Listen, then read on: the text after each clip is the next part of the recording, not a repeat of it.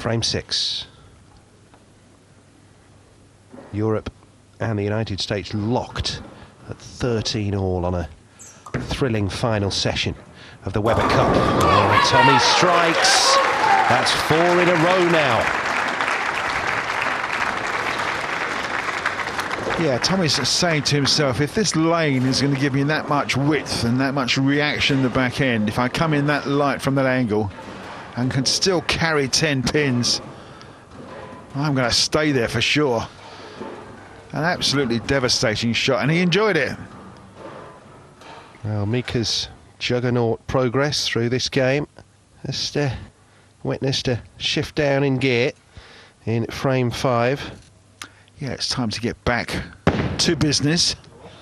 Pretty much like that. What a great looking shot. Well come back, Mika Koivuniemi. 5 from 6. This is why he's Europe's skipper. This is why he's in place of Osku Palermo for the 14th edition of the Weber Cup. A Europe victory would move them to within 2 of the United States' overall total of 8 triumphs. Mika would love to do it as captain. Who wouldn't? Of course, this man would be in the frame were Chris Barnes to decide that he wanted to do something else for a bit. That's not going to happen. And, well, that has happened a fair bit already in this competition for Tommy Jones. Yeah, it was certainly a false start, wasn't it? He got to the line, just about to deliver the ball, and decided not to throw it this time. For whatever reason, Tommy Jones will only know. 7th frame here. And Tommy was on a bit of a roll, but has to settle for a spare for the first time since the 2nd frame. Yeah, just high on the headpin, bit of overreaction in the back end. A couple of opens here from Tommy. Not there, though. That 7-pin summarily dispatched. But unfortunately, as we can see, the USA's maximum drops yet again down to 236. It looks fine from frame 2 onwards, or should I say the start of frame 3. He's been pretty good. Damage done in the first 2 frames, and you really can't come back from that.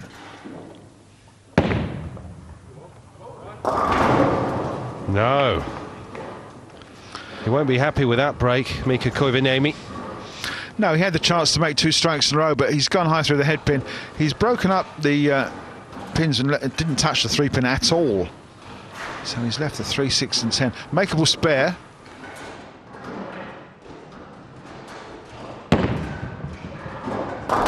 Just like that, easily done.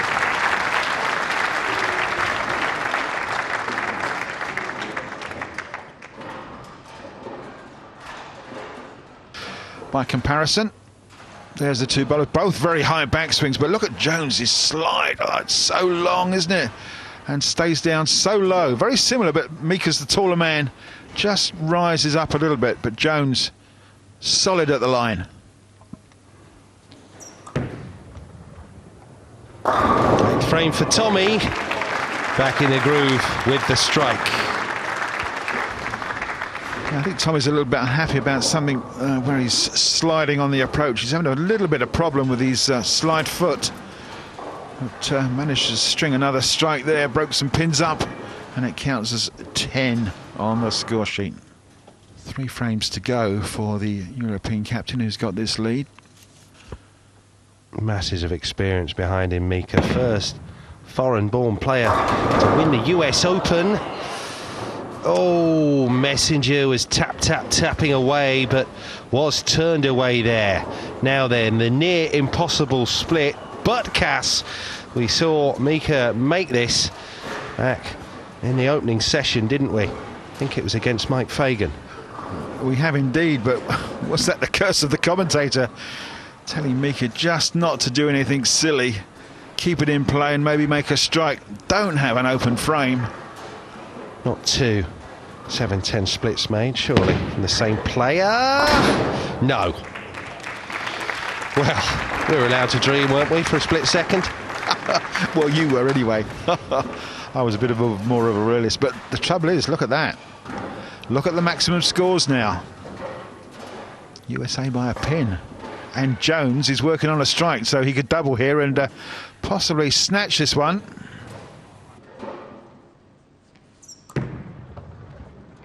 All Tommy can do is strike out. Oh dear, oh dear. No. He's got something to say about that. He was looking for the double, which could have been the match winner, and he hasn't got it. And immediately that maximum tumbles once again to 216. Yeah, that 6 pin just lays flat. It touches the 10 pin, but it won't give it a nudge to get over. Cat and mouse game this is between these two.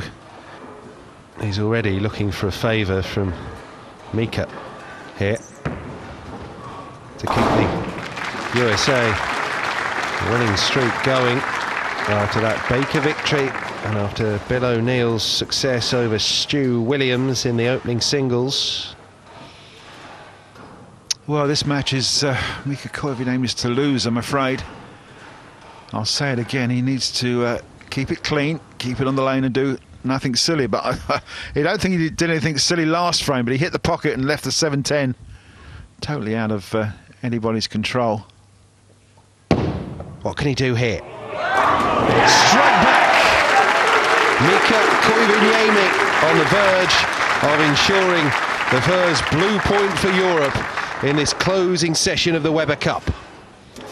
Yes, a great looking shot in the foundation frame, exactly the right time, and look at that body language. Get out of it, those pins. Oh, Jones has to strike out with 3 strikes to have any chance. Yeah, strikes through there, so he's drawing closer to Dom Barrett's tally. But has it come too late to save the day for the United States in this particular match? 6 strikes in this match for Tommy. Scratch that, make it a 7. Another is required though for the 2-1-6. And it's back to you, Mika. American captain Chris Barnes says yes, one more time. Well, he can only do it one more time. It's the last ball in the 10th. Tommy can't close out with 3 in a row. Knocks 8 down, but not enough here.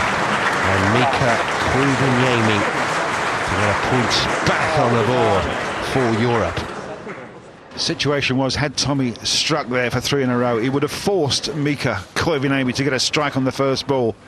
As it happens now, a spare and a strike will be good enough for a score of 215, and doesn't Tommy know it?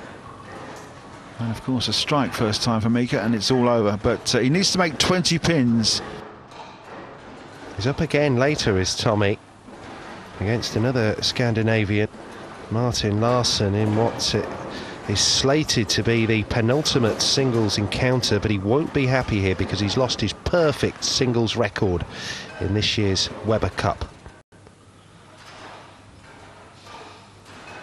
Well, Jones can do no more than not even look. One ball could secure the victory here for the European squad in the hands of their captain. Strike to win. Okay, we'll stop and start again for some reason. Maybe just a little bit of movement there in the audience. He's regrouped. He knows how important this ball is. And he's just asked referee Bernie White to go down and maybe just tell that young lad to... that's it, stop kicking your feet out. Because bit of glare off that, isn't there? Well, he's kicking his feet out and it's coming out behind the cameraman. It's just catching Mika's eye. Once told, it's all over. Mika regroups. Such an important ball, this first one. It will be a game winner. But it must be a strike.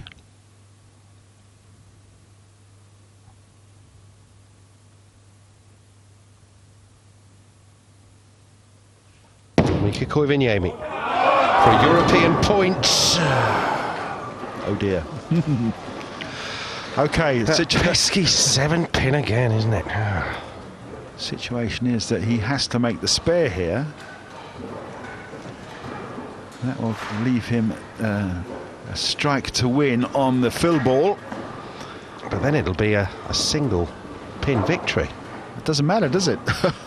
But if he shoots 9, we'll have a tie. Oh dear, oh dear. So, disappointed look on Mika's face. It has to make the spare here. Hard and straight. Who misses single pins? Well, we have seen single pins miss before. Yeah, he's got it. He liked it. And Mika Koivuniemi for Europe. A strike to win, a 9 will be a tie, and then there would be a 2-frame roll-off, which is all quite interesting. Jones has played his sort of get-out-of-jail card here and put the pressure right back on Mika. It has to be a strike for victory. Europe's captain with a big, big ball here.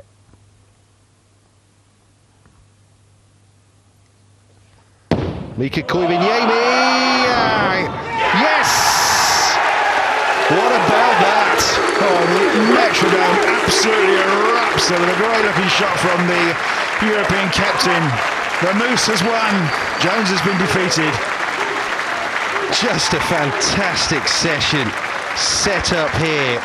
The United States with 2 victories to start this final round of matches in Weber Cup 2014, but Mika Koivuniemi with a point back on the board for Europe. So he evens up his personal tally in terms of the singles matches. It's 2 victories to go alongside those 2 defeats now.